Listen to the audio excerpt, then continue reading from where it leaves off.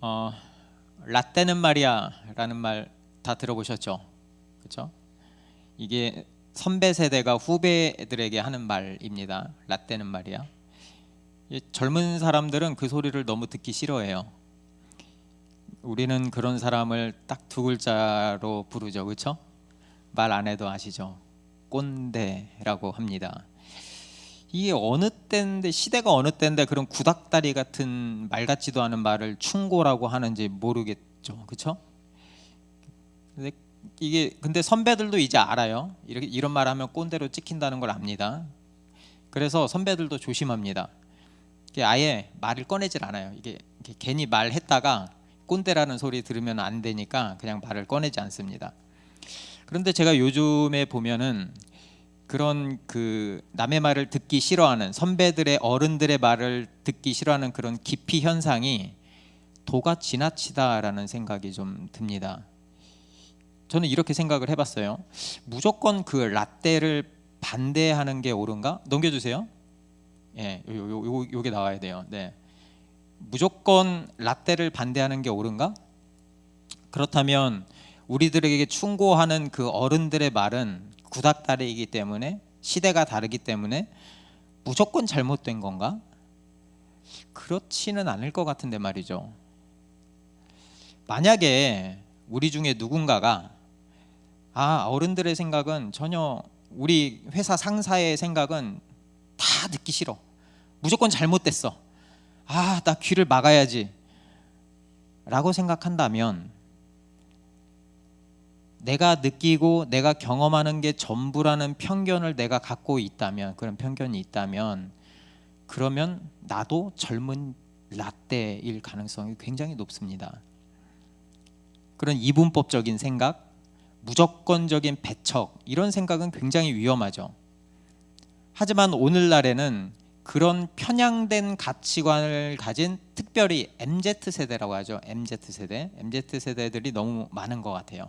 어떻게 보면 좀 길게 보면 40대 정도를 마지노선으로 보고 한 대학생까지, 여기 언저리를, 인터넷을 사용하고 핸드폰 사용하는 MZ세대 말이죠. 저희 거의 다 포함되죠, 그렇죠? 네, 저도 MZ세대라고 하겠습니다. 그 잘못된 현상, 그 편향된 가치관, 이게 크게 세 가지로 나타납니다. 첫 번째는 안전제일주의, 두 번째는 감정주의, 세 번째는 이분법적인 사고, 이렇게 세 가지로 나타납니다. 첫 번째가 안전제일주의입니다. 우리 삶에서 안전은 굉장히 중요하죠. 건강도 조심해야 되고요, 차도 조심해야 되고요, 사람을 조심해야 되고요. 조심해야 될 게 굉장히 많습니다. 그런데 이 안전제일주의가 우리에게 문제가 되는 경우는, 안전이 중요하지 않다는 게 아니고, 그 안전이 나의 모든 가치 위에서 군림하게 될 때, 정말 안전이 제일이다, 다른 무엇보다, 그럴 때 문제가 됩니다. 그런 사람들은 안전한 감정 상태에만 머물려고 해요. 변화를 두려워합니다. 왜냐하면 변화하려면 때로는 감정의 그 불편함을 이겨야 되는데 그게 싫은 거죠. 그러니까 그걸 거부하는 거예요. 그 원인이 뭔지 아세요? 지금 우리 세대잖아요. 그 원인이 뭔지 아세요? 부모의 잘못된 양육 때문입니다. 요즘 부모들은 자기 자녀를 자기 품 안에서만 애지중지하면서 키웁니다. 자녀가 위험에 노출되는데 극도로 예민합니다.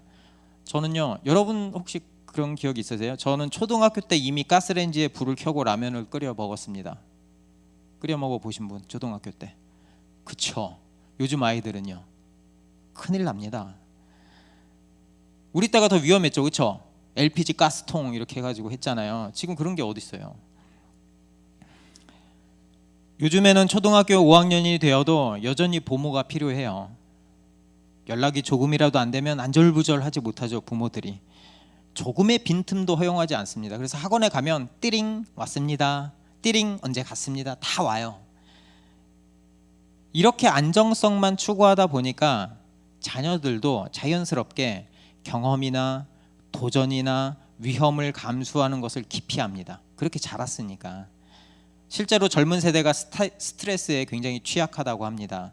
그래서 10대나 20대 중에서 불안증, 우울증, 그리고 자살의 비율이 급격하게 늘어나고 있다고 합니다. 이거 넘겨줘도 되는데 이제. 네. 그렇게 스트레스를 피하다 보니까 오히려 그게 스트레스에 더 취약한 세대가 돼 버린 거죠. 두 번째는 감정주의입니다. 느낌을 강조하는 거예요. 늘 너의 느낌을 믿어라. 너의 감정에 충실해라. 너의 감정이 가장 중요하다. 다른 사람 말 들을 거 없어. 네가 중요해. 언젠가부터 많은 매체들 아니면 많은 전문가라고 하는 사람들이 느끼는 대로 믿고 행동해라. 그게 정답이야. 이런 식의 조언을 많이 합니다. 근데 그 문제가 뭐냐면은 우리 느낌은 느낌일 뿐이에요. 저희 시험 볼 때 느낌대로 찍어서 맞는 경우는 4지선다, 5지선다면 20%밖에 안 되는 거예요. 느낌대로 찍으면. 그러니까 느끼는 대로 믿고 행동하다 보면 실체를 파악하지 못해요. 정확하게. 그러니까 감정적으로 판단하는 거거든요. 감정적으로 판단하는 그런 행동이 바람직한 결과를 낳지 못하는 것은 당연하죠. 그렇죠? 그렇게 느끼는 대로 믿고 행동하는 이들이 흔하게 빠지는 것이 이분법입니다. 내가 좋으면 우리 편, 싫으면 남의 편, 딱 이렇게 나뉘는 거죠. 그게 당연하게 이분법적인 그 가치관으로 또 넘어갑니다. 그래서 요즘 세대들의 그 현실을 잘 보면 선과 악, 내 입장에서는 선, 남은 악, 이런 이분법적인 구조만 존재하는 것 같아요. 중간이 없어요. 그러니까 우리 편 아니면 다 제거해야 될 적이죠. 미디어나 SNS에서 보면 마녀 사냥이 넘칩니다. 그래서 하이에나처럼 집요하게 상대방의 약점을 물어뜯죠. 그렇게 협박과 폭력을 아무렇지도 않게 사용합니다. 상대방에게 협박과 폭력을 가하는 거에 대해서 죄책감을 느끼지 않죠. 웹상에서 그렇게 하니까. 수많은 사람들이 이런 마녀 사냥으로 공인들이, 연예인들이 스스로 목숨을 끊었습니다. 이렇게 무서운 세상이 됐으니 사람들이 자신의 생각과 가치관을 공개적으로 밝히는 것을 꺼려하죠. 숨기죠. 굳이 드러내서 표적이 될 필요가 없잖아요. 이런 과정에서 크게는 우리나라라는 이 공동체가 흔들리죠. 그리고 전쟁은 아니지만 전쟁 같은 상황이 세대 간에서 서로 다른 진영 간에서 계속 이루어지고 있습니다. 이런 잘못된 가치관이 형성되게 된 원인이 뭘까? 넘겨주세요. 그게 바로 부모의 나쁜 교육 때문입니다. 이 사회심리학자, 이 공저거든요. 사회심리학자, 굉장히 유명한 사회심리학자인 조너선 화이트는 이 책으로 나쁜 교육을 폭로합니다. 영어로, 제 영어 잘 못하는데 그래도 들어주세요. The Coddling of the American Mind. 여기서 코들링이 일반적으로 응석을 다 받아주고 애지중지하게 아이를 키우는 것을 의미한다고 해요. 그러니까 다른 말로 하면 어떻게 선한 의도는 나쁜 생각과 만나서 젊은이들을 망치고 있나라는 게 이 책의 저자가 하고 싶은 말이에요. 그 이유가 세 가지 잘못된 이유 때문이라고 합니다. 제가 아까 세 가지 말씀드렸죠. 물론 어떤 부모도 이런 결과를 바라진 않았죠. 그렇죠? 이런 결과를 바라고 아이를 키우진 않거든요. 그저 자신의 아이를 안전하게 잘 키우고 싶었을 뿐이에요. 그런데 뭔가 잘하는 거에 대한 그 바라보는 모델이 있어야 될 거 아니에요. 그 모델이 뭐였냐면은 세상이 요구하는 가치, 그들이 말하는 전문가라고 하는 사람들이 말하는 그 조언, 그게 진실인 줄 알았던 거예요. 그때 그 시대에는. 그러니까 그들의 가치를 귀담아 열심히 듣고 그대로 아이들을 가르치면 된다라고 생각을 한 거죠. 그렇다 보니까 미국에 있는 젊은이들이, 그리고 우리나라도 다르지 않죠, 이렇게 된 거죠. 그래서 저자는 이게 나쁜 생각이었고 결과적으로 한 세대를 망치는 결과를 가져왔다라고 굉장히 쓴소리를 합니다. 이러한 현상이 그대로 교회에 적용해도 크게 다르지 않아요. 아니 어쩌면 이렇게 똑같은지 모르겠어요. 교회에서도 수많은 사람들이 모이는 이 교회에서도 안전제일주의, 감정주의, 이분법적인 생각이 만연합니다. 14절입니다. 이는 우리가 이제부터 어린아이가 되지 아니하며 사람의 속임수와 간사한 유혹에 빠져 온갖 교훈의 풍조에 밀려 요동하지 않게 하려 함이라. 사도 바울은 이렇게 잘못된 신앙을 갖고 있는 사람을 뭐라고 하냐면 어린아이라고 합니다. 라떼는 말이야, 어쩌면 이 소리가 직장에서가 아니고 교회에서 더 많이 들릴지도 모르겠어요. 자신의 경험이, 내가 젊었을 때 은혜 받았던 그 경험이 마치 진리인 것처럼 젊은 사람들한테 계속 이야기합니다. 그렇게 초신자나 젊은 세대의 잘못을 끄집어내죠. 그 이유가 뭐였어요? 그 사람을 올바른 신앙의 길로 이끌어주기 위한 자기의 마음이 있었죠. 근데 그게 결과적으로 잘못된 길로 그 사람을 몰고 가는 결과를 초래했거든요. 진심 어린 충고였어요. 하지만 초신자나 다른 사람들은 그 말에 상처를 받고 마음의 문을 닫아버리는 경우가 많아요. 그렇게 젊은 세대들은 어른들의 이야기를 더 이상 귀담아 듣지 않습니다.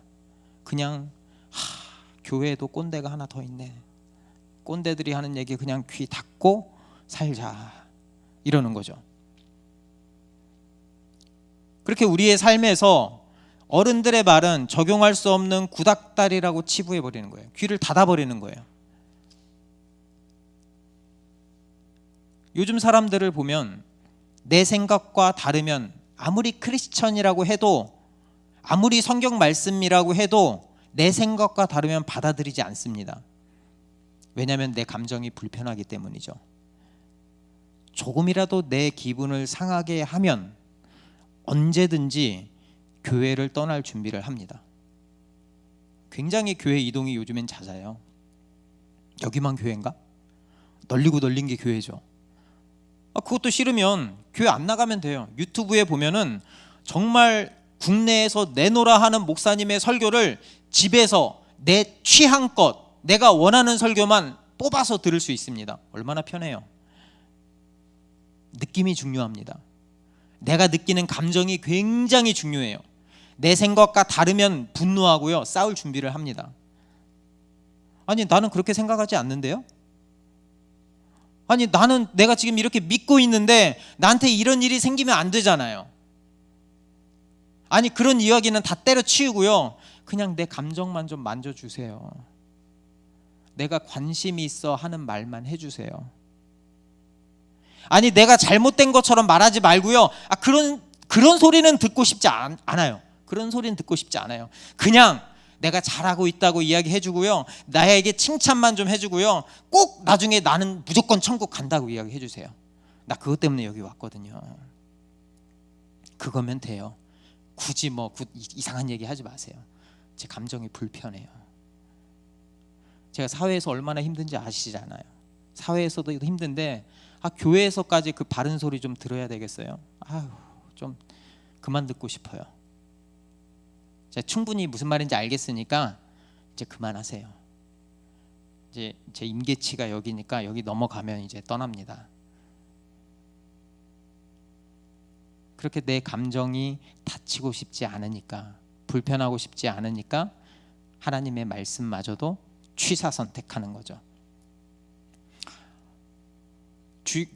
교회를 이렇게 둘러보면 수많은 교회에서 문 앞에 신천지 및 이단의 출입을 금합니다라고 대문짝만하게 이렇게 포스터를 문 앞에다 이렇게 붙여놓습니다. 왜냐하면 그 이단들이 교회를 망치기 때문이죠. 맞아요. 우리는 이단을 굉장히 조심해야 합니다. 그래서 이단에 대해서 공부도 해야 되고 신학적으로 말씀으로 잘 방어해야 되죠. 그렇게 학교에서도 수업 시간에 이렇게 배워요. 세미나 때 신천지의 침투 형태를 조사하고 그 다음에 그들을 미연에 그들을 쫓아내고 막기 위해서 이렇게 해야 합니다라고 배웁니다. 교회를 지켜야 되기 때문이죠. 굉장히 중요합니다. 그런데 이 종이 한 장으로 신천지를 근절할 수 있을까요? 신천지뿐만 아니라 이단이 너무 많아요. 수많은 이단을 다 공부하고 다 알아차릴 수 있을까요? 불가능합니다. 얼마나 이단이 많은데요. 그렇게 공부한다 한들 근원적인 문제 해결이 될까요? 안전주의, 감정주의, 이분법적인 사고를 갖고 있는 한 이런 문제를 해결하는 건 불가능에 가깝습니다. 그럼 어떻게 해야 될까? 어떻게 이 난관들을 헤쳐나가야 할까? 13절입니다. 우리가 다 하나님의 아들을 믿는 것과 아는 일에 하나가 되어 온전한 사람을 이루어 그리스도의 장성한 분량이 충만한 데까지 이르리니. 바울은 이야기해요. 교회가 하나 되어서 성숙하게 자라야 한다라고 말이죠. 그러려면 교회는 동일한 말씀, 동일한 진리를 다 같이 배우고 다 같이 믿어야 합니다. 그것은 조금 더 구체적으로는 하나님의 아들을 믿는 것과 하나님의 아들이 어떤 분인지 아는 것에 하나가 되어야 된다는 거예요. 왜 그러죠? 교회가 한 몸이기 때문입니다. 한 몸을 이룬 성도는 만약에 그 중에서 일부만 성숙하다면, 일부분은 성숙하지 않고 일부만 성숙하다면, 그래서 성숙한 사람들만 봉사한다면 그 교회는 어떻게 될까요? 몸으로 다시 비유해 볼까요? 몸에서 일부분만 제대로 기능을 잘하고 다른 몸, 다른 지체들은 자기 마음대로 움직여서 머리의 통제를 받지 않는다면 어떻게 될까요? 그런 몸은 건강하지 못합니다. 제가 이틀 전에 급성 장염이 왔어요. 갑자기 딱 한 곳, 장 한 곳에 염증이 생겼습니다. 그런데 얼마나 괴로운지 몰라요. 얼마나 아픈지 몰라요. 꼼짝을 못 하겠더라고요. 그러니까 여러분, 몸이 건강하려면 신체의 모든 부위가 건강해야 돼요. 당연하죠, 그렇죠? 그리스도의 몸인 교회가 온전히 세워지려면 그 몸이 건강해야 합니다. 그 말은 모든 지체가 건강해야 되는데 그것은 진리로 하나 돼야 된다라는 말이죠. 그래서 나뿐만이 아니고 내 옆에 있는 성도들도 함께 모두가 성숙한 자가 되어서 서로 섬겨야 몸이 건강하게 자랄 수 있다는 것이죠. 특별히 여기서 보면 목회자, 직분자, 이런 사람들은 하나님의 말씀, 곧 예수 십자가 복음으로 성도를 잘 준비시켜야 돼요. 프로그램 하는데 막 열심을 하는 게 아니고,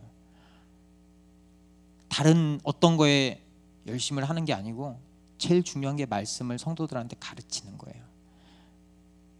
직분자들도 마찬가지예요. 말씀을 잘 가르치는 거예요. 성도들도 그 말씀을 듣고 함께 믿어야 합니다. 그러니까 교회는 담임 목사가 저니까 제가 혼자 이끌어가는 게 아니에요. 같이 하나님의 말씀을 전하고 받고 듣고 믿고 해서 하나가 되어서 같이 성숙해서 자라나는 게 몸인 교회입니다. 어느 누구도 예외가 없어요. 그럴 때 몸이 건강하게 자라나죠. 그럴 때 그리스도의 장성한 분량까지 충만한 데까지 이를 수 있게 됩니다. 그래서 여기서 온전한 자라고 했는데, 온전한 자가 다른 말로 하면 성숙한 자가 더 올바른 표현입니다. 어른이죠. 성숙한 어른은 그 반대는 어린아이죠. 그렇죠? 어린아이는 여기서 부정적으로 표현을 했어요. 여기서 어린아이는 세상 물정 모르고 순진한 사람을 이야기합니다. 그러니까 아는 것이 없으니까 사기꾼들의 손쉬운 표적이 됩니다. 어디에 표적이 됐겠죠? 세상의 표적이 됐겠죠. 거기서 공교육을 받았으니까, 거기에 가치관으로 물들었으니까. 그 가치관을 가지고 교회에 들어와요. 자신의 생각과 이념을 교회 안에서 주장해요. 자기가 꽂히는 거에만 열심히 하고요. 그게 잘못된 길임에도 불구하고 나는 그렇게 생각하지 않는데요. 교회의 하나됨을 거부해요. 교회가 가장 경계해야 될 것이 이런 어린아이 같은 사람입니다. 속임수와 간사한 유혹에 빠져서 온갖 교훈의 풍조에 밀려 요동하는 사람. 그리스도를 믿는다고 하면서 한쪽의 가치관은 세상에 매몰되어 있는 사람. 혼합된 신앙이죠, 그게. 그렇기 때문에 우리는 모두 예수 그리스도의 복음을 제대로 알고 믿어야 합니다. 그런 믿음이 없는 어린아이는 흔들려요. 그리고 결국 자신만을 위해서 살아요. 자신의 가족만을 위해서 사는 거죠. 아무리 많은 공부를 했어도, 아무리 많은 철학에 대한 지식이 있어도, 아무리 세상에서 성공했어도 그런 세상의 인생관을 가진 사람은 복음으로 하나 될 수가 없거든요. 그렇게 하나 되지 않는다면, 하나 되어서 다른 지체를 섬기지 않는다면 그 사람은 어린아이입니다. 제가 말씀드렸죠. 세상의 가치관은 안전제일주의, 감정주의, 이분법적인 사고를 부추깁니다. 그래서 MZ세대가 나온 거예요. 교회도 그에 발맞춰서 그 시대에 맞춰서 바뀌어야 한다고 목소리를 높입니다. 가장 중요한 진리는 내버려 두고 너의 감정이 소중해, 너의 감정을 하나님이 매만져 주실 거야 라고만 하죠. 하지만 우리는 정확히 알아야 되는 게 오직 예수 그리스도의 십자가 복음만이, 그 진리만이 우리를 변화시키고 다른 사람을 섬기는 영적 어른으로 성장하게 만들어 줍니다. 그렇게 된다면 우리가 그리스도의 말씀으로 탄탄하게 성장해 나간다면 우리는 모든 이단들에 대해서 다 알지는 못하더라도, 저도 신천지 다 몰라요. 어떻게 알아요? 그들의 이야기를 들으면 그들이 잘못됐다는 걸 알 수 있어요. 왜냐하면 우리는 정답을 알고 있으니까. 속임수에 넘어가지 않습니다. 왜냐하면 우리는 하나된 믿음과 섬김으로 성숙한 어른이 되었기 때문입니다. 그 핵심을 알기 때문에 이단의 어떤 종류, 수백 가지의 종류를 알지는 못하더라도 이거 하나는 알 수 있잖아요. 이게 진리에서 벗어나는구나. 이 하나는 알 수 있거든요. 그럼 된 거예요. 많은 부모들이 자신의 아이들을 감쌉니다. 위험에 노출시키지 않으려고 노력합니다. 하지만 여러분, 결국 그 아이들은 여러분들이 그렇게 불안해하는 세상으로 나가서 살아야 돼요. 결국은 엄마의 품을 떠나야 되거든요. 언제까지 독립 안 시킬 거예요? 독립시켜야 되잖아요. 언제까지 부모의 손바닥 안에 있을 수는 없잖아요. 그 자녀가. 그때는 어떻게 할 거예요? 그때도 쫓아가가지고 너 이러면 안 된다, 너 저러면 안 된다, 그렇게 할 겁니까? 그러면 그 아이는 독립하지 못하고 가정을 꾸렸더라도 그 가정이 온전할 수가 없어요. 가정은 독립해야 되잖아요. 그럼 어떻게 해야 되죠? 오히려 부모에게 필요한 것은 그 자녀들이 건강하고 자립심 있게 올바른 정신으로 갖고 살아갈 수 있는 그 힘을 길러주는 교육을 해야 되는 거예요. 내가 다 감싸는 게 아니고. 교회도 마찬가지입니다. 세상이 무섭다고, 이단이 무섭다고 우리끼리만 교회 안에서 살 수는 없어요. 정말 그런 삶을 원한다면 이단들이 하는 거 있죠? 신앙촌을 하나 만들어서 우리끼리만 이렇게 뭉쳐가지고 격리된 공간에서 우리끼리 자급자족하면서 살아야 돼요. 그거는 성숙한 교회의 모습이 아닙니다. 성경에서는 절대 그렇게 이야기하지 않습니다. 바울도 이방인들이 밀집한 에베소에서 예수 그리스도의 복음을 전했습니다. 비주류였던 에베소 성도들이 그렇게 어렵고 힘든 환경에서 버틸 수 있었던 그 이유가 무엇일까? 그들에게는 하나 된 믿음이 있었기 때문입니다. 그들이 그렇게 힘들고 어렵고 세뇌당할 것 같은 그 세상의 가치관에서 넘어지지 않는 이유도, 수많은 이방신들 사이에서 그것들의 유혹에 넘어가지 않았던 그 이유도 성숙한 신앙이 있었기 때문입니다. 이 책에서 또 이런 이야기를 해요.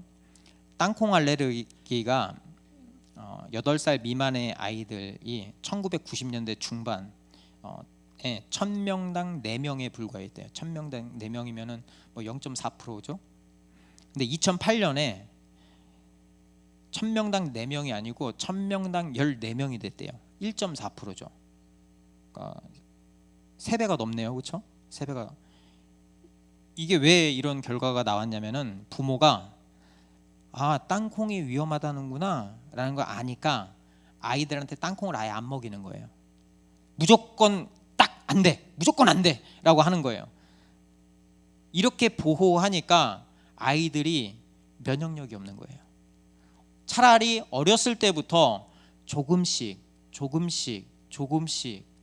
그래서 이 몸이 적응할 수 있도록 아주 조금씩 잘 면역력을 키워줬으면 극복할 수 있는 문제인데 그냥 처음부터 막은 거죠. 우리의 믿음도 마찬가지입니다. 우리는 믿음의 면역력을 길러야 해요. 그렇게 해서 예수 그리스도의 장성한 분량까지 그 믿음을 가지고 이 험한 세상에서 자라가야 합니다. 그리고 성숙한 신앙으로 자라갈 때 가장 중요한 토양이 바로 사랑입니다. 15절입니다. 오직 사랑 안에서 참된 것을 하여 범사에 그에게까지 자랄지라. 그는 머리니 곧 그리스도라. 복음 메시지의 핵심은 진리죠. 그렇죠? 진리죠. 참된 것을 하여라는 말은 참된 것을 고백한다는 뜻입니다. 그러니까 복음의 진리를 받아들이고 이 예배 공동체에서 공동의 모임에서 그걸 큰 소리로 내가 예수님을 믿습니다. 그래서 우리가 신앙 고백을 하는 거예요. 그래서 신자들과 함께 그것을 이야기하고 그것을 확고하게 지지하는 게 참된 것을 고백하는 거예요. 그 복음을 고백하는 거죠.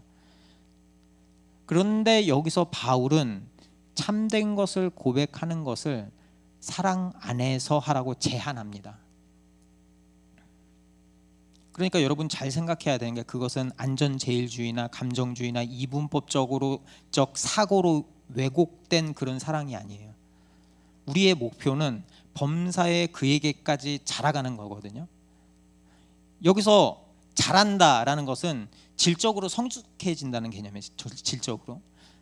그러니까 그에게까지 자란다. 그에게까지는 하나님의 아들이 어떤 분인지 알고 그분을 닮는 거죠. 그분의 말씀을 순종하는 거고요. 그런 과정에서 내 생각과 하나님의 말씀이 충돌하는 지점이 생기면 나의 잘못된 생각을 쳐내는 거예요. 그게 순종이에요. 그게 자라남입니다. 여기서의 성장은 단순히 성경 하나 읽었다 그게 아니고요. 우리의 모든 삶, 모든 분야에서 영향을 미쳐야 되는 거예요. 그래서 내가 온전한 그리스도인으로 성숙해지는 거죠. 그리고 그분 예수 그리스도가 우리 교회가 성숙하게 하기 위한 모든 필요한 것들을 제공해 주십니다. 그렇게 되면요 16절입니다. 그에게서 온몸이 각 마디를 통하여 도움을 받음으로 연결되어 결합되어 각 지체의 분량대로 역사하여 그 몸을 자라게 하며 사랑 안에서 스스로 세우느니라. 교회는 몸이라고 그랬잖아요. 몸인 교회는 머리이신 그리스도와 연결돼 있어요. 이 연결과 결합은 각 마디를 통해서 이루어집니다. 이게 비유로 설명을 한 거거든요. 여기서 결합은 하나된 믿음을 가르쳐요. 결합이니까 각 마디는 하나된 말씀으로 무장한 모든 그리스도인을 가리킵니다. 그래서 모든 몸의 지체가 그 몸을 세우는 데 기여하죠.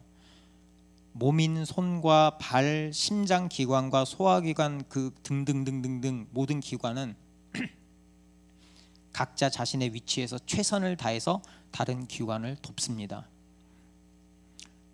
덜하지도 과하지도 않게 가장 적절하게 돕습니다. 그렇게 각 기관들이 서로 돕고 섬기면서 몸을 세워가는 거예요. 여러분, 그게 사랑입니다. 심장이 나 혼자 열심히 한다고 200회 뛰어버리면 다른 몸 다 망쳐요. 죽어요.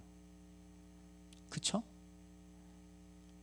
사랑은 덜하지도 과하지도 않게 다른 기관이 잘 그 양분을 받아서 도움을 받을 수 있도록 가장 적절하게 주는 거예요. 몸의 성장은 궁극적으로 머리신 예수 그리스도에게서 나오죠. 모든 영양분은 예수 그리스도에게서 나옵니다. 그럼 몸의 지체가 각자의 분량이 다 다르잖아요. 각자의 달란트가 다 다르고 각자의 분량대로 다른 지체를 돕고 섬기는 게 교회죠. 그런데 그 모든 게 그리스도의 사랑이 없으면 불가능합니다. 그리스도로 하나 되고 그리스도의 사랑으로 서로를 힘써 섬길 때 교회는 하나 된 몸은 성장하는 거죠. 그리스도의 장성한 분량까지 자라게 됩니다. 진리와 사랑, 이 두 가지는 항상 함께 가요. 항상 함께 가야 합니다. 교회가 성장하지 못하고 분열하는 가장 큰 이유가 진리나 사랑 어느 한쪽이 무너졌기 때문이에요. 진리를 너무 강조하면 율법주의로 빠지고요. 진리를 무시하고 사랑을 너무 강조하면 반율법주의로 빠집니다. 진리로 하나 되지 못하는 서로 다른 생각, 그 생각의 가치관은 교회를 분열시킵니다. 그렇기 때문에 우리는 말씀을 듣고 읽고 배우고 가르치고 예수 그리스도로 하나 된 믿음이 될 수 있도록 힘써야 돼요. 그렇게 잘못된 안전주의, 감정주의, 이분법적인 사고는 내 힘으로는 극복이 불가능하고요. 예수 그리스도의 진리로만 극복할 수 있습니다.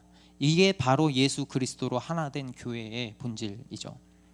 그리고 우리는 진리를 전할 때 항상 사랑을 담아야 합니다. 서로의 고민을 들어주면서 조언을 할 때도 복음이, 다른 그 무엇도 아닌 복음이 그들의 삶의 방식과 결정과 태도에 영향을 미칠 수 있도록 해야 합니다. 여러분, 우리는 교회에서도 때때로 자기가 잘 아는 분야, 경험하는 분야가 있으면 복음대로 하지 않고 자기의 경험을 이야기하면서 충고할 때가 많이 있어요. 여러분, 그런 행동 굉장히 조심해야 합니다. 자기도 모르게 그 말을 하면서 하나됨의 진리에서 벗어나게 됩니다. 왜냐하면 그 생각의 근원이 자기 자신에게서 나오기 때문이죠. 우리는 생각할 때나 상대방에게 말을 할 때도 그것이 복음을 통과해서 나오도록 아주 신경을 곤두세워야 합니다. 성숙한 사람은 아이처럼 자기 이야기만 하지 않습니다. 진리를 표현할 때도 무례하지 않아요. 상대방을 배려하고 상대방이 어떻게 하나님의 말씀을 잘 받아들일 수 있을지 고민합니다. 아, 나는 솔직한 사람이야. 아니, 내가 틀린 말 했나? 아니, 내가 지금 성경 말씀에 있는 얘기했는데 내가 뭐 틀린 말 했나? 이런 게 진리를 위장한 위선이에요.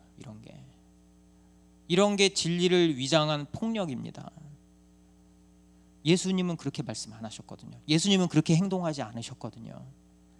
예수 그리스도로 옷 입은 우리는 정말 진실된 믿음, 복음이 있다면 그렇게 말하지 않아요.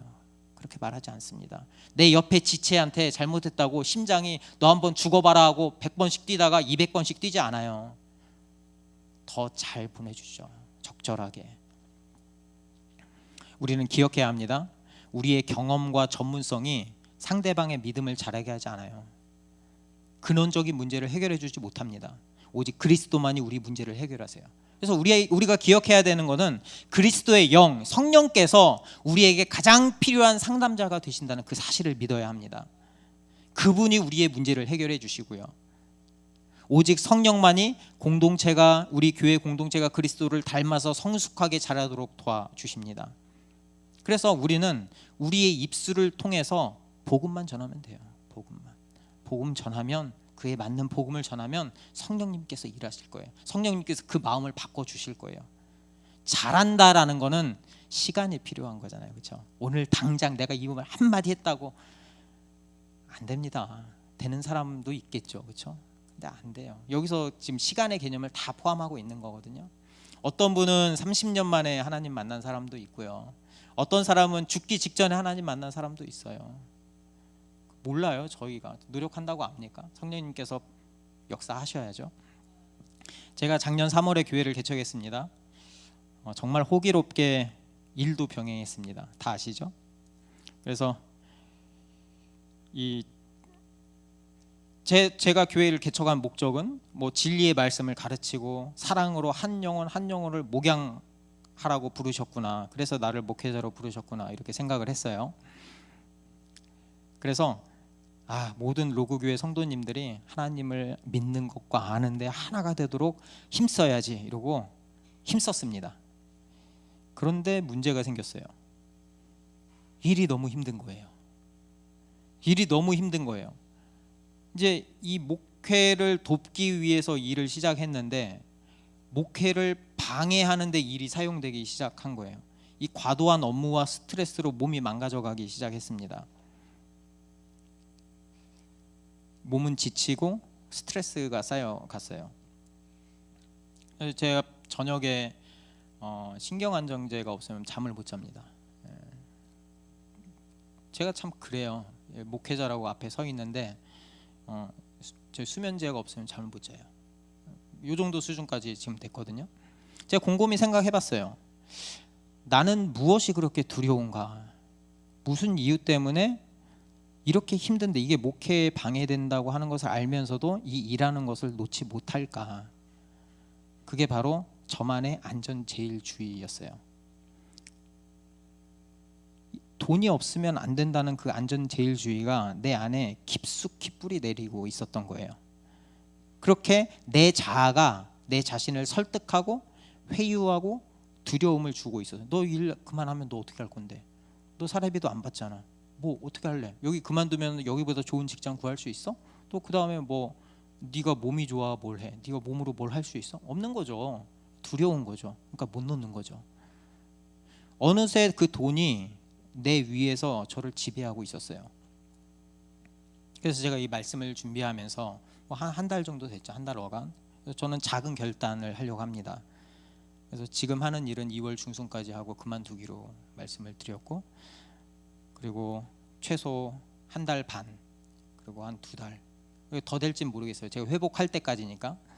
그렇게 하면서 그 시간에 내 몸에 대해서 휴식도 주고 또 말씀을 더 깊이 묵상하고 또 만나지 못했던 그 성도분들을 한 분 한 분 만나서 그분들의 영혼을 돌보고 기도하는 일로 사용을 할 것입니다.